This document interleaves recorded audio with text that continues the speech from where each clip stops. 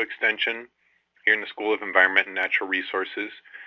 And this webinar is brought to you by OSU Extension and the Ohio Watershed Academy. This is one of 3 webinars that we offered to our Watershed Academy students, and like the others, this webinar is also open to anybody else with an interest in the topic. So before I introduce Tom and turn it over to him for his presentation, I'd like to go down through the list. If you've got your participants window open on the right side, which you probably did if you just opened up the webinar, you should see the list of participants. So what I'd like to do is go down from the top, including you, Brian, and just have everyone say your name and your affiliation if you're affiliated with an organization or an agency. So starting with Brian. Okay, my name is Brian Weaver. I work out of Communications and Technology and Extension, and I help out with the Watershed Group when it comes to web development or just about any technical support. Okay, hi everyone, this is Ann Baird. I also work with Bill and Brian at OSU Extension. I'm what's called a watershed educator, and I'm also helping with the academy. Okay, I'm not sure who BW Record is. That's my connection for recording. Okay, and then Bill. This is Tom Schneider. I'm Bill Lohner in Ohio EPA Southwest District Office.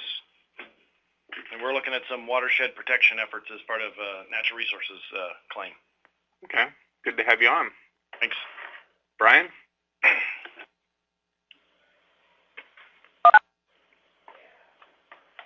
Is Brian Blair on? He posted an introduction on the chat. Okay. How about Cindy? Hello. Cindy Brooks with the Sandusky River Watershed. Okay. I think David and Greg haven't yet gotten on the phone call yet, so we'll skip down to Jen.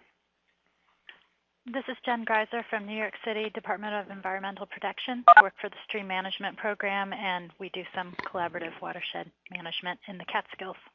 Oh, great. Good to have you on. Thank you. And Caitlin. Caitlin Noble. I'm a master's student with the University of Toledo Environmental Science Department. Good. And Katie?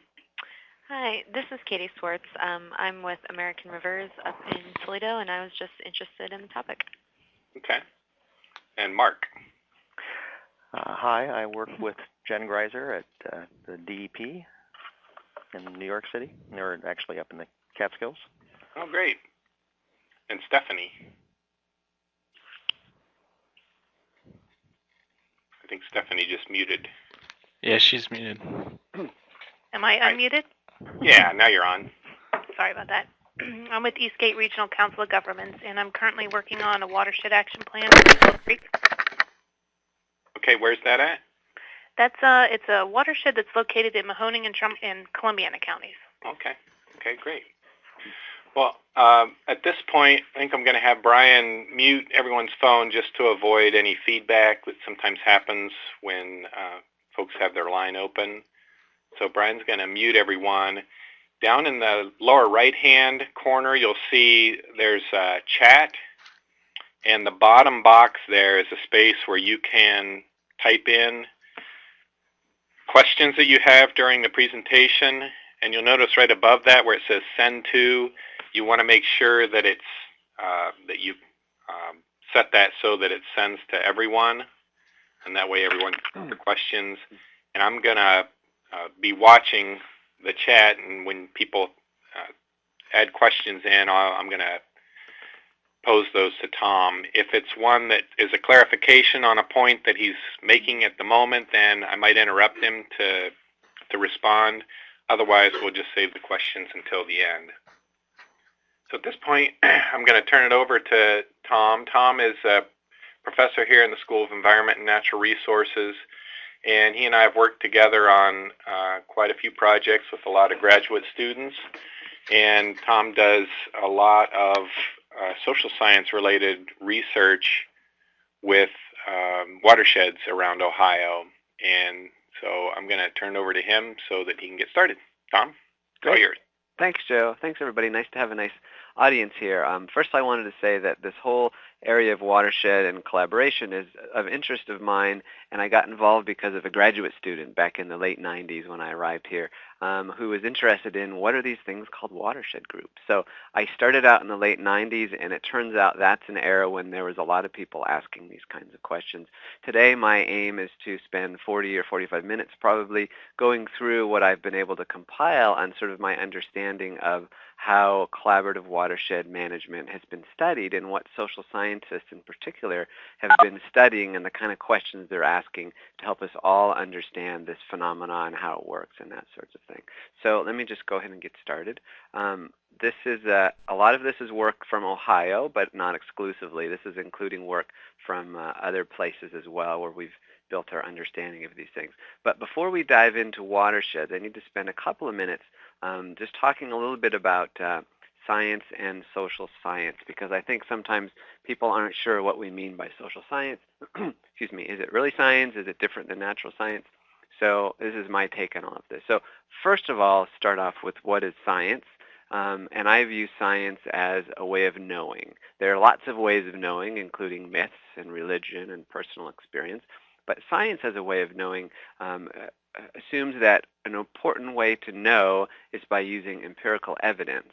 And that empirical evidence can help us understand relationships among variables, how certain things are linked to other things, what affects what. So if you're going to do science, you can think of it as having a set of ingredients. Science involves theory, which is simply a set of propositions or ideas about how patterns, what patterns we see in data, how events occur, why they occur the way they do. Those are theoretical expectations about how sort of life unfolds around us, if you will. Another ingredient is the research question or hypothesis. Sometimes research studies have hypothesis, other times they'll just have a question, like what are the characteristics of watershed groups that are able to make a big difference in cleaning up the watershed, that sort of a thing. So we need research questions or hypotheses. Thirdly would be the data, and this data are simply observations that are represented by measurements. We measure things. In a minute I'm going to talk about natural science versus social science, what data might look like. And then finally, the last ingredient is the analysis. Once we have the data, how do we understand what the data is showing us? Okay, so we've got ingredients of science and also the process of science. If you remember back to your high school biology or whatever you took, process in science really needs to be explicit and transparent. The idea is that whatever scientific study I might do could be checked by somebody else. They know how I did my research study, what data I used, how I measured it, what theories I used. So I have to be explicit and transparent about what I'm doing and why. Also, the process of science should build on prior research. This is important because science is supposed to be cumulative. My last point here, and I put a star by it, is simply that if you do the scientific process and you build on prior research, this allows individual scientists to specialize in a particular topic. And cumulatively, we can advance the store of knowledge. There's lots of things in the world around us we might want to know about, but if we can sort of divide and conquer and have everybody become a specialist in one area while touching back on what other people have already done, then together, as long as scientists are communicating, for example, at conferences and in peer-reviewed journals, then we can together advance knowledge on a certain topic. So that's just my opening slide about science. I'm going to talk now a little bit about social science in particular. Just a couple of points on this. Since I'm in a school that has many, many natural scientists and not very many social scientists, I often get in these kinds of conversations with my colleagues about what the heck I'm doing as a social scientist. Is that really science, they say? So there's some things that are the same. One is the ingredients are the same in that social science and natural science both would work with theories and use theories to help explain things. Both would use questions or hypotheses, use data, and then do analysis to try to answer the research questions or hypotheses. This is the slide that I just showed. In addition, the process in both cases is explicit and transparent and builds in prior research as well. Where we have some main differences are in a couple of things. First of all, the phenomena of interest. Social scientists, by definition, is going to involve people. It's human related, and there are lots of different branches of social science. I have a colleague here out of psychology, another colleague in sociology. I myself come from political science. We all study humans and how humans do things and why, but we study different aspects of that. So I have a list here of kinds of things that might be studied: individuals, communities, organizations, and even institutions could all be under the umbrella of social sciences. And what's interesting to me is that these phenomena are often invisible. For example, informal rules that people in a group come to understandings about, the norms that people hold about what's appropriate to do in their setting, the beliefs and opinions they have, the decision-making processes, things like social capital, which tries to measure my interrelationship with people around me. A lot of these things are invisible, so it makes it pretty difficult and challenging sometimes to measure them. We can't just go and use a measuring stick and say, oh yeah, here's the belief, it's 3.2. It's challenging to figure out ways to measure these kinds of things. And the last point on this is that the data and the methods for collecting them are going to be sometimes different between social and natural sciences. For example, in the social scientists, it's fairly common to rely on interview data and document analysis to do something like a case study because scientists can gather useful information from people this way.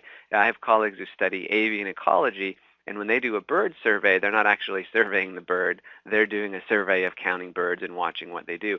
But a social scientist studying humans can actually go and interview people in a situation, ask them to explain their perspective on why they're doing what they're doing, which is a different way of getting data than the natural scientists, what they're able to do. So we do have some different data and different methods in the social sciences. The next slide is one I just threw up here because I think it's important to always keep in mind. I've just described how natural and social sciences are different, but of course these are all interconnected. So this figure 1.1 here is from the IPCC report on climate change, the big report that comes out every 5 years. And this is their first figure in one of their reports, is the fact that Earth systems and human systems are coupled. I don't know if you can read all the stuff in the boxes, but the takeaway message here is that the human systems and the natural systems are very much intertwined. There's arrows going every which direction. To understand watersheds, we're going to need to be able to deal with both the human and the natural systems. What I'm going to talk to you today is largely about the social science part of it, the human system part of it. So let me move on. I've sort of somewhat cleverly called the streams of research in collaborative watershed management. I have the first stream, which I'm calling the main stem. This is where most of the social science research has been done, and I've grouped these by questions. So just quickly, the main area of research over time has been questions about what do watershed groups do, what types of groups do which types of things, and how do government programs affect what these groups do. These are all areas that have been studied to a pretty big degree. The next one I'm calling a tributary, which is not very many studies on this, but I've been involved in a few of them. It's questions about who belongs to and participates in watershed groups.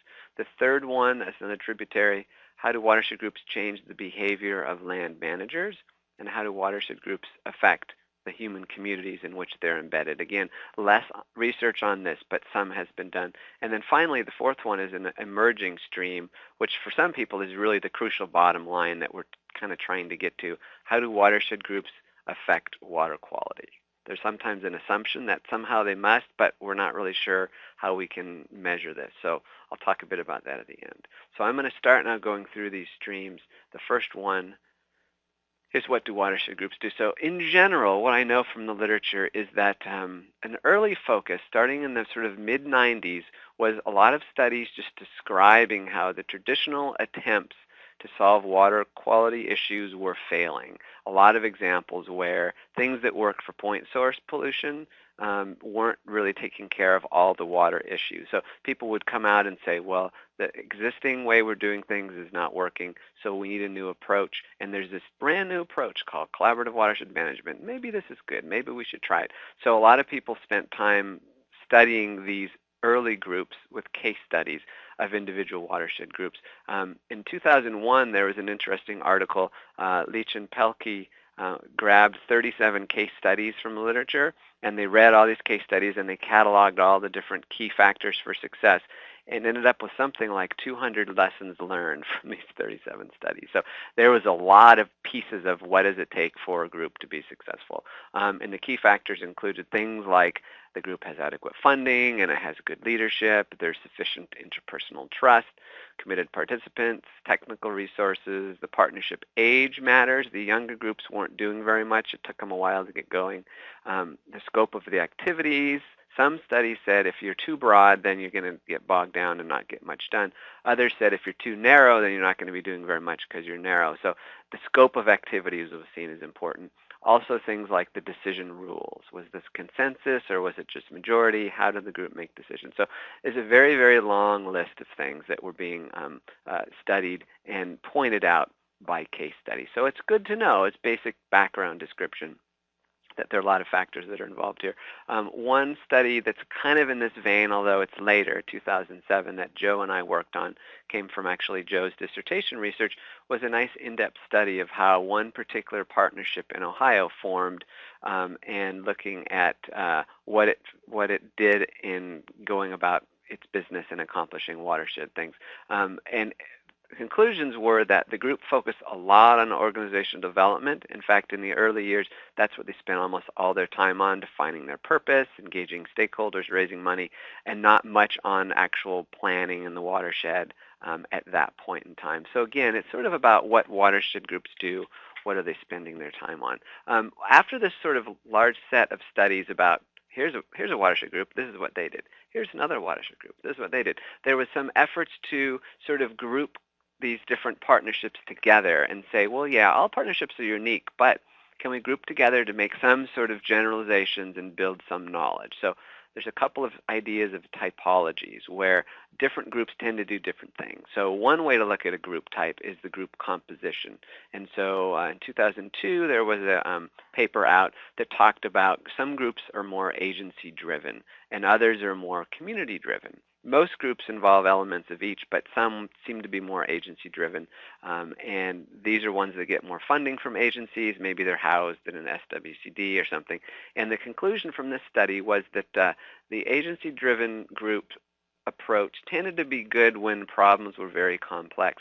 The community-driven tended to be more useful when the problems are broader, and what you need is a lot of community support. So here's where grassroots community organizing might get you the broad support. So what's interesting about this study is that it starts to say, well, there's no recipe for all groups. Some groups are like this and others are like this, and that's probably a good thing. So the next study in this vein in 2003 was a survey we did in Ohio looking at groups that tended to be more citizen-based, and this was largely we asked them, who are most of your members who do most of the things in your group? And some of the groups were more citizens, others were agency-based, and then there was a third kind that was mixed. And by asking them who was in their group, we started to make links to what the groups were actually accomplishing. And the citizen-based groups were more likely to say that they were doing a lot of advocacy and outreach work. The mixed groups were likely to say that they were doing more outreach and watershed planning. And the agency-based looked kind of like the mixed groups. But the biggest difference were between the citizen-based groups and the mixed groups in terms of what they were doing. Now, there's some more things related to this typology. The agents in another study out in Oregon, agency-affiliated groups that were like linked to an SWCD were compared to groups that were an independent organization, like FLOW might be in Ohio, for example. And the argument was from this study that groups affiliated with agencies were focused more on restoration projects than on doing assessments and doing planning. They were just jumping in and doing the projects. They also noted, however, that these groups tended to skip the step of developing the group goals and purpose. this expedited project work, but it didn't allow them to do a lot of new and creative solutions. They kind of took what the SWCD was already doing and they ran with it. So whether or not a group is affiliated with the organization matters in terms of what the group spends time on.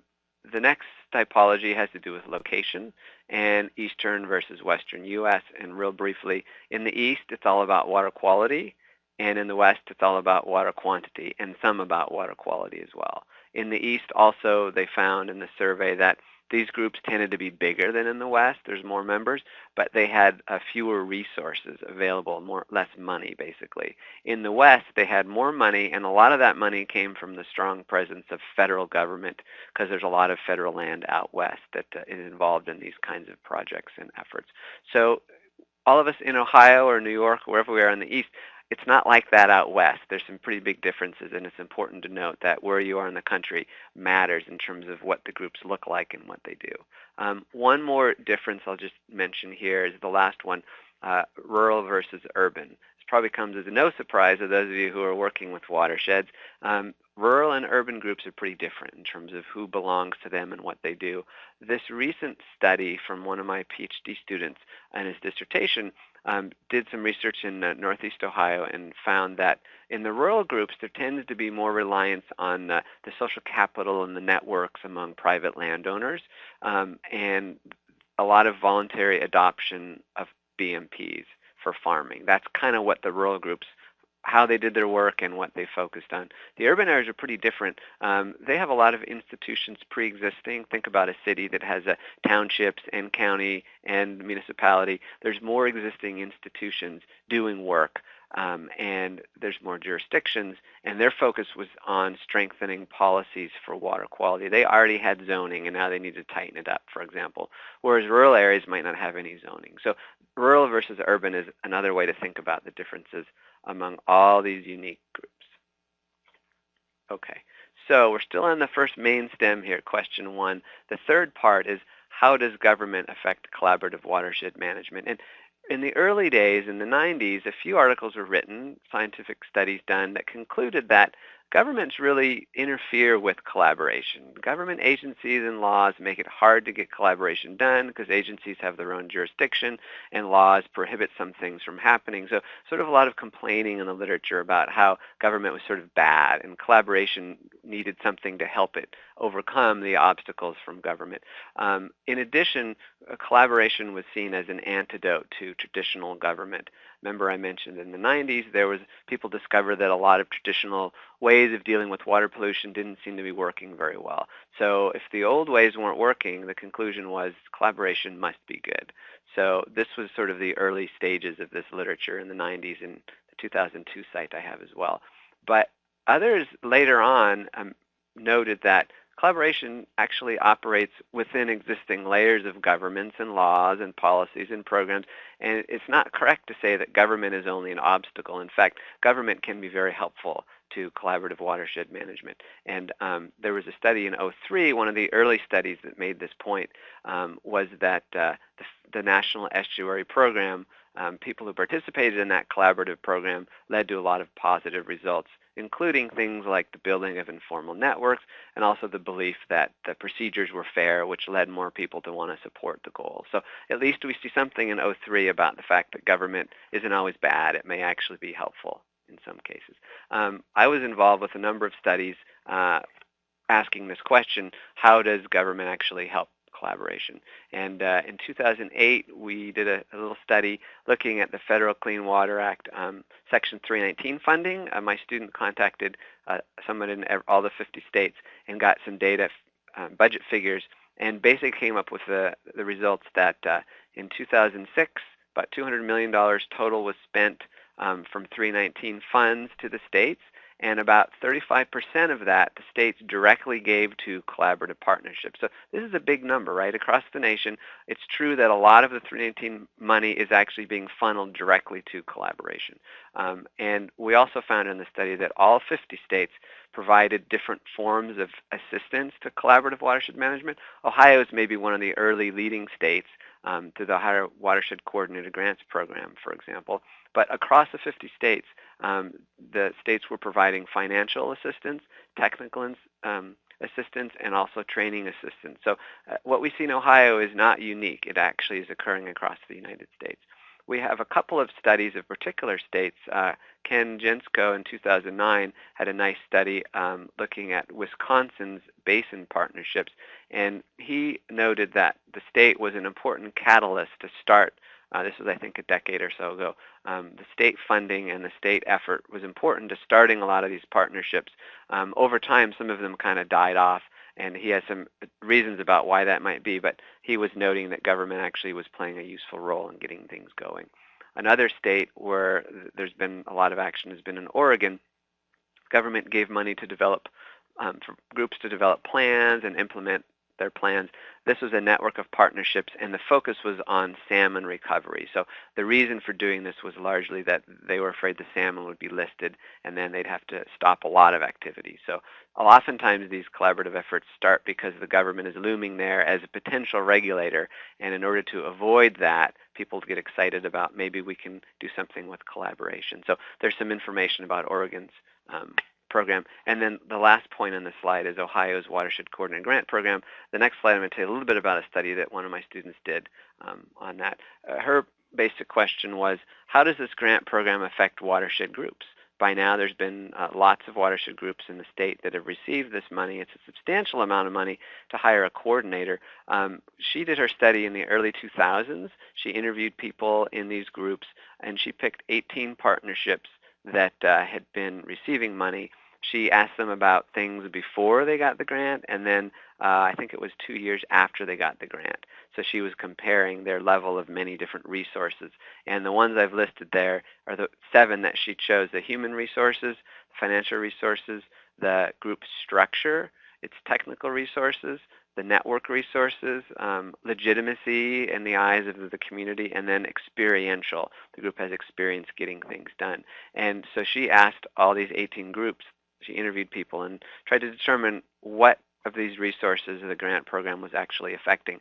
And her conclusion was that for the groups that were primarily citizen-based, they started off with the lowest levels compared to agency-based and mixed groups, and they saw the most increase. So if you're asking who got the biggest bang for the buck, you might say it's the citizen groups. So maybe the coordinator program does well when it steers money into citizen-based groups.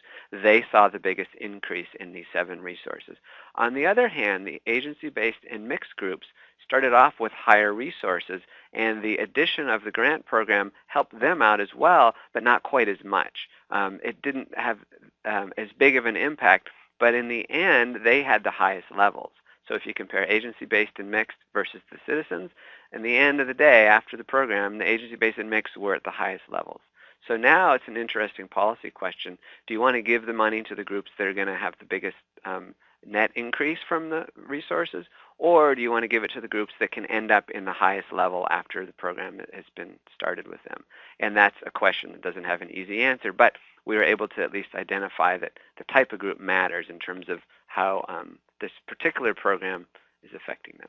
Just want to show you one more slide about government impacts. This gets pretty theoretical. This is a book that I co-authored with 5 other people looking at collaborative efforts around the U.S., not just for water, but for other natural resource things. And what we did was just basically tried to draw out how these variables might be related. And if you look at the center row of the 3 boxes, that resources for collaboration right in the middle, that's often where the government groups, the government programs make a big impact by providing human resources or technical or financial.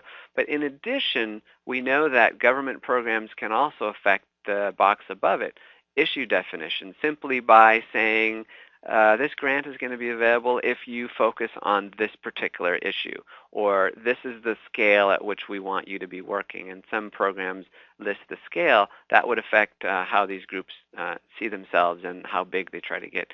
And then the bottom box, structure and decision processes, sometimes governmental programs can affect who is supposed to be in the group and whether there's supposed to be consensus or not. So these are all the 3 middle boxes, areas that the government at various levels of government programs can impact. And on the left, I'll just note that we've got a box for governmental actors as well as governmental institutions. The government institutions would be the program itself. Here's the program. We give you $50,000 to hire a person, and then over time we'll give you less and less money. But the governmental actors is a key part as well. Those are the flesh and blood individuals, employees who are government employees who work with the groups and help them to achieve what they're trying to achieve. And those folks can be also very important in impacting what the collaborative groups do. So in a nutshell, this was our attempt on this slide to say, well, it's not true that government is only making it hard for collaboration. In fact, government might actually be able to do some useful things, and here's a way to try to understand that. So that's what I wanted to say about the first main stream of research, if you remember those four streams. The second one is much smaller. It's a tributary. Who belongs to and participates in watershed groups? So what do we know about this? First would be the question, reasons for participating. This is the Jensko study that I mentioned a few minutes ago. He did ask people why they participated and try to get their motivation for joining these groups and participating. And a couple of things that stood out. One is people reported that they were trying to gain access to information and expertise, and the partnership was a good way to do that.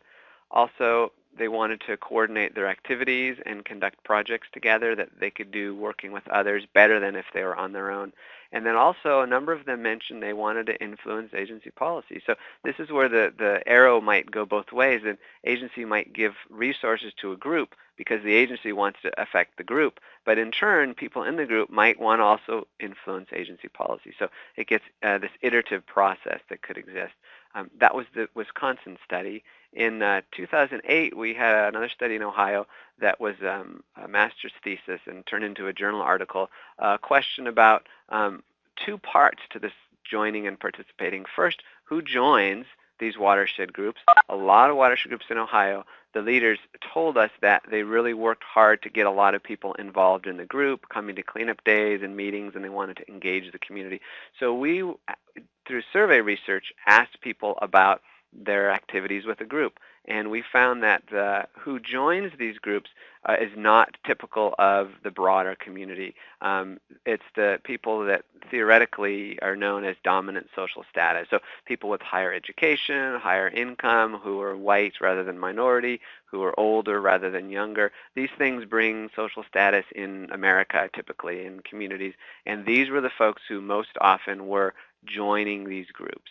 The second question was perhaps more interesting to us. Just joining a group doesn't mean that you're going to actually show up and do work and roll your sleeves up and do things. It might be that you just ask to be on the newsletter, or that you just send in your $30 to be a member, and that's all. So we wanted to dig beyond just who joins the group to actually who participates. So our surveys asked people questions about the kind of things they were engaged with their group and how much time per month on average they spent doing that. And what we found was interesting. Who participates the most, or who participates actually at all? A lot of people actually did no participation other than sending in their check. I think it was about half. So a lot of people weren't even doing anything beyond just sending their money in. What we did find is important, though. There's some individual factors. People who reported they had more knowledge about water and water quality issues were the ones that tended to participate. Also interesting to me, people who were more active politically, people who had voted, for example, in the last election, had contacted their congressman, had joined a political party, those sorts of things.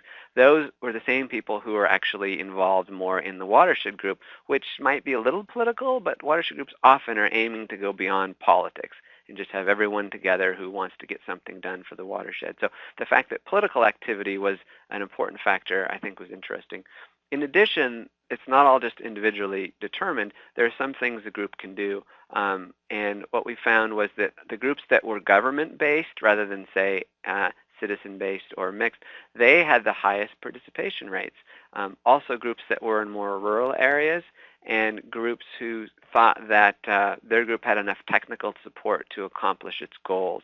This, I think, goes with the government-based groups.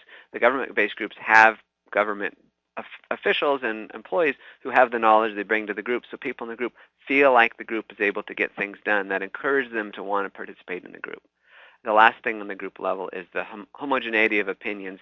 If people thought that they had the same mindset as a lot of the other group members, they were more likely to participate. And then the next point on this slide, just briefly mention, this is a work in progress. I have a master's student finishing his thesis the next month or so. He went back to these 12 groups from the previous study I mentioned and did another survey 5 years later, basically, and asked about who was participating. And something he added that wasn't in our prior survey was, how were you recruited into the group? And what he found is the strongest variable in his analysis so far was simply, were you asked by a personal request? Those who had been asked by a personal request by someone they knew, please come and join a group, are the ones who were more likely to actually participate in the group once they had joined the group. All these other variables we looked at were less important. It was something special about being personally asked that led people to, it seems like they're more committed to the group, at least they're demonstrating that by participating more. So that was not a whole lot on question 2, but that's where we're at in the literature. Question 3, how do watershed groups change the behavior of land managers and how might it affect communities? Just a couple of slides on that. This one, 3A, if watershed groups are aiming to improve water quality, oftentimes that means that the land managers are going to need to do something different. And it's easy to pick on farmers because in Ohio there's a lot of ag-related pollution. Equally easy to pick on would be urban areas because of all the runoff. This study, though, the Campbell and Koontz and Bunnell study, was farmers in the northeast part of the state, compared farmer BMP adoption in one watershed that had a collaborative group and another watershed that didn't have a collaborative group, but it did have strong federal programs, NRCS and also SWCD, that worked individually with farmers. So the question was, do we have higher BMP adoption in the area with the collaborative group or in the area that doesn't have the collaborative group? And also within the collaborative group area, some farmers were participants of the group and some weren't participants of the group. So we also wanted to see if being a participant in the group was different than someone who was just in the watershed that happened to have a group. So the results in a nutshell were the 2 different watersheds, there was no significant difference between BMP adoption. So the collaborative watershed area did not have higher levels of BMP adoption than the group without it. But in the group with the collaboration, if you were in the collaboration, you had higher rates of BMP than if you just lived in the community but you weren't in the group. And some interviews revealed how the watershed group allowed farmers to come together and cooperate on things like a continuous 7-mile buffer along the stream that they wouldn't have been able to do just working on their own.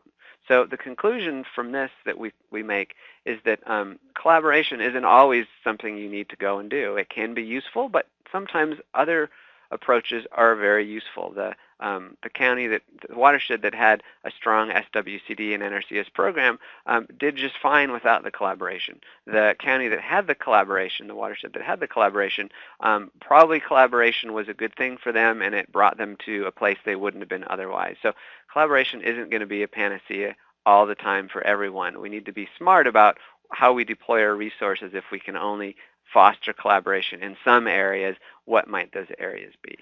So if behavior change of land managers is important, then we do know from this one study that collaboration can help, but you can also improve. You can also do BMP adoptions without doing collaboration.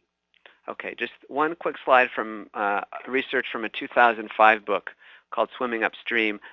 Lots of interesting stuff in this book, but I just quickly want to mention the question about how watershed groups affect human communities, not just the land managers, but people who live in the community. A number of studies have suggested that collaborative groups increase social capital, that's the networking and the reciprocity among the community, and also trust in government. This chart here that I have on the slide shows that you look at the context of a watershed, and that affects the process of the planning that the group does. And that process is linked to legitimacy, whether people view that as legitimate or not. And that legitimacy then leads to some civic community, the box on the lower left. That's what we're talking about, how watershed groups affect human communities. And there the book argues that the collaboration done well can improve human capital and social capital and trust. Okay, So the last one here is this emerging area that really is sort of, I think, the leading edge, and it brings us back to the combination of natural science and social science. And the question is, how do watershed groups affect water quality? After all, a lot of the 319 money from the feds is presupposes that we're going to get the water to be cleaner. We know that collaboration can lead to some good social benefits, but does it help us get the water cleaner? That's the million-dollar question. And so we have that same 2005 book that I just mentioned tried to look at how collaboration affects water quality, but they didn't have the data to actually measure water quality before and after collaborations. They have a bottom box called Watershed Outcomes, and they asked people in the watershed groups, do you feel like your efforts have led to cleaner water? So it's really not a good measure of whether the water's cleaner. It's someone's perception about water quality. And that's because they didn't have the chemistry and the biological data and all the data you would need to really measure that. And in fact, I would argue that it's a tremendous challenge. This question, how does collaboration affect water quality, it's very hard to answer for several reasons. One is that there are many factors that affect water quality, like rainfall patterns, upstream uses. So it's really difficult to isolate the causal effect of what the watershed group did, yes, led to that water being cleaner. It might be that the water's cleaner, but that's because the rainfall was different this year than last year, or different upstream uses. So there's a lot of factors going on. The second thing is water quality can take years to improve. Some aspects of water quality won't happen overnight. So even if a group is making a lot of headway and the water's getting better, we might not see that until we have a number of years of data to say, yep, this is the pattern, this water quality is getting better.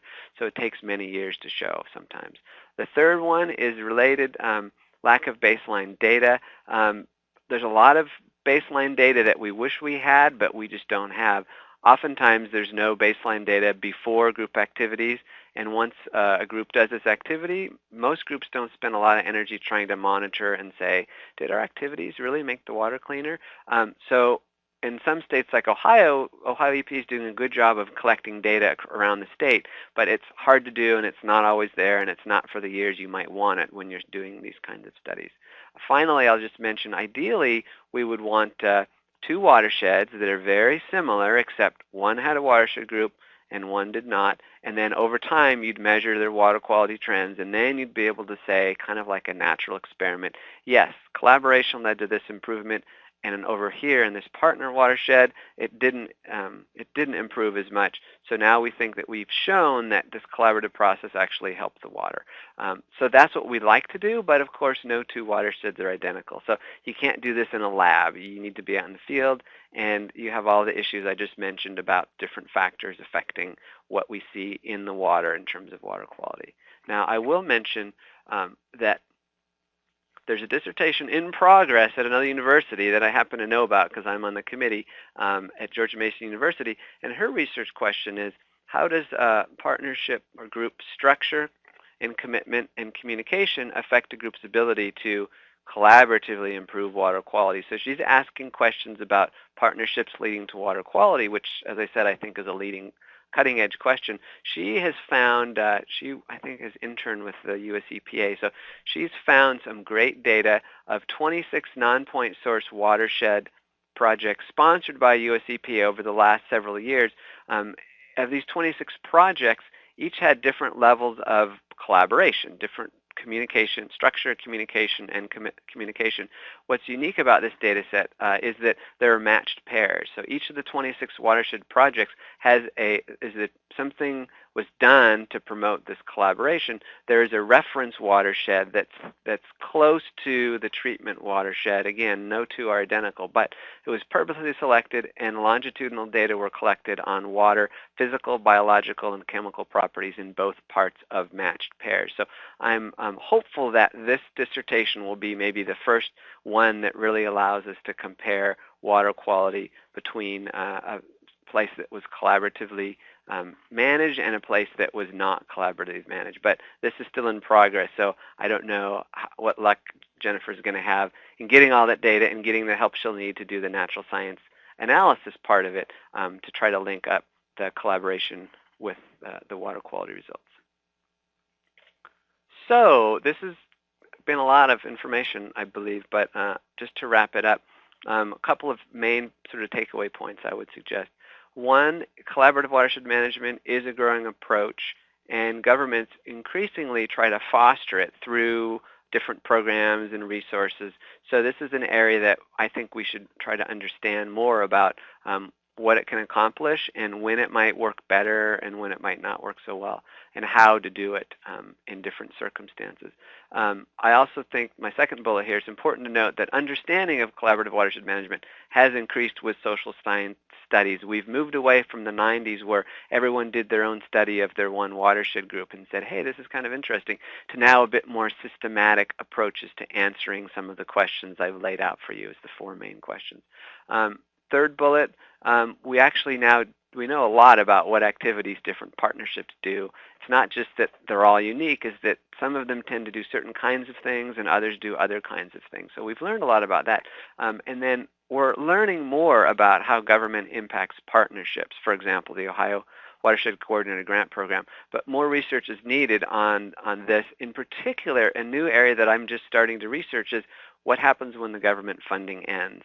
A lot of states have programs that were a few years ago giving a lot of resources, but now they're not giving so much. Even in Ohio, we've seen examples when watershed groups finish up with their Watershed Coordinated Grant Program funding, they have different coping mechanisms on how to carry on their business if they can without that government resources there. And some of them combine forces with other groups. Some of them redefine their mission and go try to find a new pot of money. Others simply fold up shop. Others get really small and just do small things that don't cost a lot of money. So it's interesting for me to see what happens when government funding stops, which groups are able to remain stable and do their work, and which groups don't survive and why that is. So that's an area that I'm going to be working some more on. And this is a good time to do it because a lot of states are having, I think, programming going down for these groups. Next bullet point is we have some understanding of who participates. Some folks in planning and political science really care a lot about watershed groups as a means for civic engagement. My focus tends to be more on watershed groups as a way to get the water cleaner, but I recognize that there are interesting questions to be asked about what do collaborative groups do for the community. Even if they don't clean up the water, maybe they do other good things. Next bullet point, we're beginning to see how partnerships affect environmental behavior, such as the farmers I mentioned. The big challenge I see is to combine social science with natural science to determine the impacts that partnerships have on water quality. Again, like I mentioned, that dissertation is being done currently. George Mason may help us with that. And then finally, my sort of last point here, if society is going to invest in collaborative watershed management, we really should know what it can accomplish in what situations and compared to other approaches. So if we have a goal of cleaning up the non-point source water problems in an area, what are the different approaches that we might think about using, and which of those approaches is most likely to be successful in getting the water to where we want it to be? Collaboration might be the answer, but in some cases it might not be the answer. We need to be smart about where we try to do what kind of collaboration.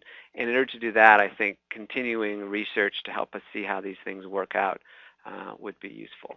So that's all I have. I just compiled references to all that stuff. So I think Joe mentioned that he would have it up on the Ohio Watershed Academy website. So if you are interested in some of the studies I mentioned, I've got them in very small print to fit them all on that I talked about throughout the talk. So anyway, I'll leave it at that and be happy to take any questions anybody may have. Thanks, Tom.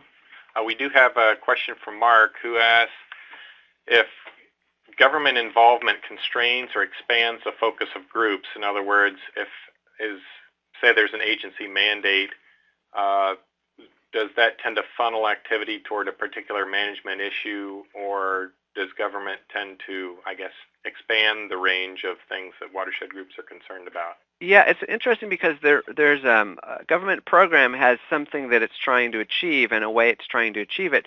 A group on the ground may have something kind of related, but not exactly what the government had in mind. So the group has to decide whether it wants to apply for the grant, knowing that the grant would come with some strings attached. That's how all grants work for trying to get some policies changed. So the group would have to decide whether they want to do the grant or not. And in the study we did, Joe, from the group that you did an intensive study, and I think I remember a lot of discussion didn't occur about whether we should be going for this or that grant. Someone just decided, let's apply for the grant. And then if they got the grant, they would sort of say, ooh, now that we got the grant, what are we going to do? So I think granting is always a question of matching what the group is trying to do and what the granting agency is trying to do.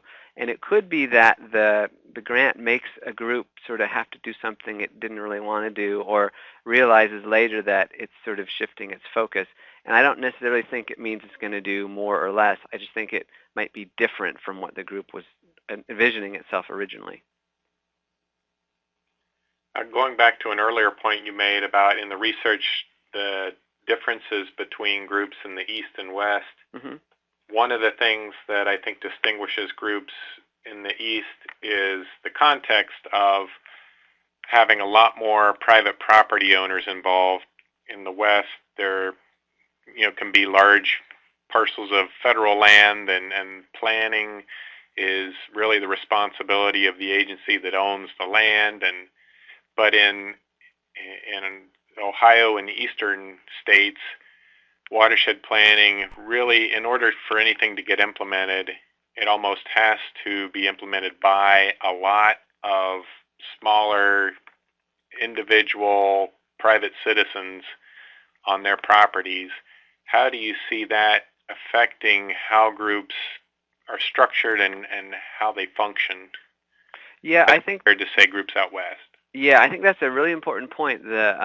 Out west, that's why the federal agency is such a big player. And some of the early studies of watersheds were out in the West, and so they always assumed the federal government was a huge player. Well, you go east, and it turns out that the federal government isn't that big of a player in a lot of the different watersheds, and that's exactly like you said, because the land is owned in the east by so many private individuals. I just think that it makes the coordination challenge that much bigger in the east, because you have to really try to get voluntary behavior change, if you will, from lots and lots and lots of private landowners. Whereas if you're the Forest Service and you're on a big forest out in Montana, if the Forest Service decides in its plan to do certain things, then it's already got 1 million acres that it can decide to do something with and do it that way, and then carry it out. Whereas in the East, 1 million acres is not going to involve one owner. It's going to be lots of private owners. So I do think the challenges are in the eastern U.S. are going to involve a lot more players, and maybe that's where you have to have better processes to get the people to the table and help them talk to each other and have be maybe a bit patient in terms of building up the support and the participation from a lot of the different individual landowners that's different than the government sort of dominated landscapes we see out west. And a question from Brian. He asks, how do we deal with a situation where we're trying to increase citizen involvement, but a lot of the bigger projects, like in Ohio, are going to involve a lot of money and maybe major engineering, type activities. So I guess another way of rephrasing the question is, what's the role of citizen involvement when you've got these sort of major engineering type kind of, more complex problems in a watershed? Yeah, normally I would say that the more sort of engineering, big-ticket items are going to be where the citizens are going to have less ability to make that happen. I say normally, but I do know, even in Columbus, some examples where some citizen groups started out with sort of citizen groups and ended up getting a lot of grants and technical assistance to do like low-head dam removal. So it's sort of counterintuitive that there's this example right in our own backyard here in Columbus of a group that's been able to do some of the bigger projects. But I agree, in general, I would expect that the citizen groups to focus on things that don't necessarily require lots of money, because if you go after grant funding, that can suck up a lot of time and energy from a group, and then you might not get the grant.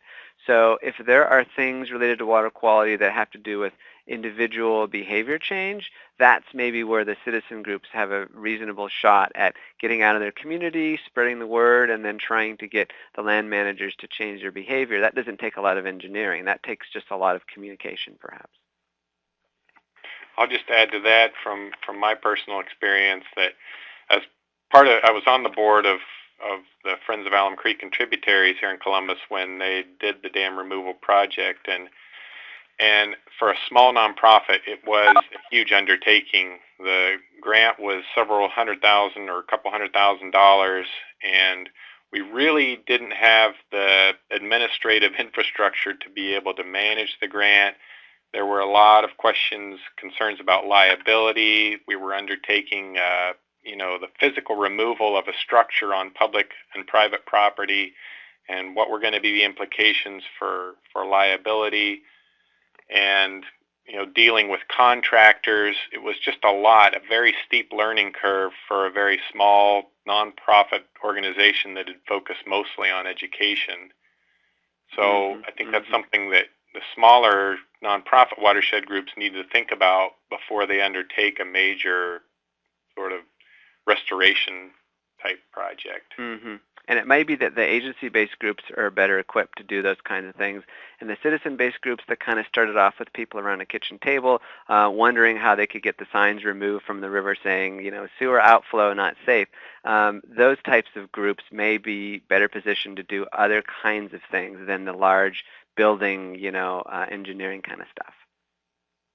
Okay. Another question from Mark relates to watershed groups and their ability to influence the politics in a watershed. Is the evidence suggesting that watershed groups are able to make the political environment more favorable, say for stronger regulations to protect water quality, or are they just sort of contributing to the polarization of issues and people see them as representing just one side of an issue? Yeah, that's a important question, and I don't really know that we've studied that very much. I do know that the polarization piece you just mentioned, a lot of watershed groups are structured and trying to avoid that. In fact, purposefully bringing in stakeholders from a variety of interests, not just, for example, all the environmentalists, but landowners along the stream who may be somewhat environmentalists, but may be worried about, growing crops so that they can make a living. So I think watershed groups try to not be polarizing, and they've actually been criticized, some say, for watering down and not going for any strong action because they want everyone to be happy and they need to take a strong stance instead. I think the groups have overall been trying to walk that line between getting stuff done but not really making anybody upset. I do know that some watershed groups focus energy on what they call education of local officials, and what they mean is that they make sure that they have meetings with them and they go to public meetings and they communicate about the importance of the stream and protecting it in ways that it can be protected that won't necessarily shut down all the businesses in the region and make everybody upset. So I know that a lot of watershed groups do attend to the interactions with local politicians.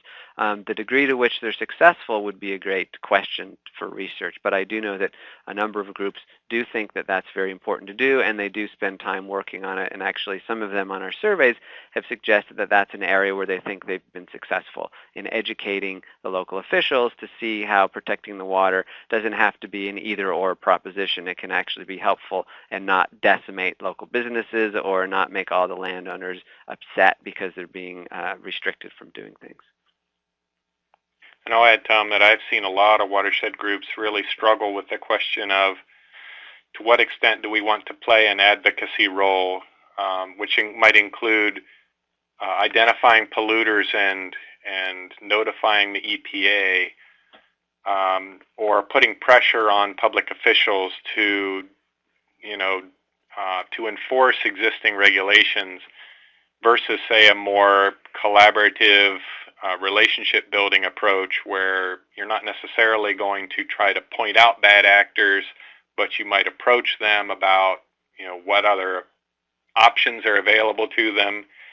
And I've seen a few groups really go through some transitions over time as they struggle with those issues, and sometimes they make a very pointed decision and say, we're not going to be about collaboration. We are about advocacy and finding the bad actors and embarrassing them into doing the right thing. And other times they try to kind of walk the fence, and sometimes play that advocacy role, and other times, depending on the situation, they might decide to take a more of a collaborative, relationship building approach. Yeah, and I think that's one of the differences in the different group types we found, at least in our 1999 survey. Groups that were mostly citizens were much more likely to say that they did some advocacy, pressure, that kind of stuff. Folks who were in the agency-based or mixed groups, I think, really were trying to avoid that because they're trying to build relationships, and that usually doesn't help build the relationship if you're seen as taking an advocacy role and you're sort of criticizing somebody rather than trying to reach out a helping hand to that person. And the advocacy groups, the citizen groups, tended to be where we saw it. It was in those citizen-based groups. And I see Greg Nadgett, who's the coordinator of the Watershed Coordinator Program for ODNR, chimed in and noted that ODNR and their Watershed Coordinator funded positions strongly recommend that the coordinators not take an advocacy or political position. Mm-hmm. That the partners who are part of the organization might choose to advocate for, but they recommend that the watershed coordinator remain, I think, relatively neutral and not be seen as taking positions. Yeah, they're supposed to be kind of the hub, right, and gathering spokes of all different stakeholders to work together, and it's hard to do. Could be hard to do in a context of coming out strongly to, taking an advocacy position. But it is a fine line, you're right, because sometimes that's what's needed. And if a coordinator believes that's what's needed, they have to decide whether they follow their heart or say, no, I really can't do this because it's going to undermine my future relationships with others. I'm going to take one more question, and then we'll close because we're at the top of the hour now. But Stephanie Dyer asks about working in rural communities. She's experienced watershed planning meetings where farmers are participating, and they, when you're talking about a rural watershed, it tends to be kind of obvious what the sources of water quality problems are because of the large agricultural coverage of the watershed. So her question is, how do you work with farmers in a way that doesn't put them on the defensive, but helps them to find a way to reduce their impact on the watershed? Yeah, the best example of this I can think of is the Sugar Creek in Ohio, where what's interesting about that case is that it started off with the regulating agency, the Ohio EPA, listing one of those waterways as one of the most impaired waterways in the state, and the farming community really didn't believe it. They said, we don't trust this agency, we don't believe their data, we're worried that they're going to then make us do things differently and put a TMDL and restrict us in ways that we're not used to. What can we do? That galvanized them to come together, and then they worked with other governmental agencies or quasi-governmental agencies. I'm thinking in particular about OSU Extension, who said, you can work with us. Let's come together, and first of all, let's put some monitoring stations on there to really see what's going on. And it turns out the OEPA was exactly right. And the farmers then saw with their own eyes, and with monitoring data they trusted because they trusted Extension, whereas they didn't have the same level of trust with OEPA. And that then catalyzed them to work together as a group to say, we have this common problem, and that is right now the waterway is polluted, and somebody from the outside is going to come in and restrict us unless we deal with this issue. So that example, I think, points to the fact that sometimes having a sort of heavy-hand government lurking in the background is a good thing to spur cooperation and collaboration. And the second part is that it matters a lot who would try to work with these farmers in a stakeholder group. Having someone saying, I'm from Ohio EPA, I'm going to come and help you guys collaborate, would probably not be as likely to succeed as someone from an SWCD saying, I'm here to help you collaborate. So who the farmers currently trust, I think, is a big part in getting initially farmers to be able to contribute and come and participate. And if you get the wrong agency, that is the agency that the farmers don't have a good history of past trust with, I think that's going to be more difficult for that to happen. Okay, thanks a lot, Tom, for presenting, and thanks everyone for participating and for your questions. And as Tom pointed out, we have this recorded, and we'll get this posted on the Watershed Network website. So if you want to review it again, or if you have colleagues that wanted to see it but couldn't, it should be available with both the voice and the presentation slides. So thank you all for participating, and have a great day. Great.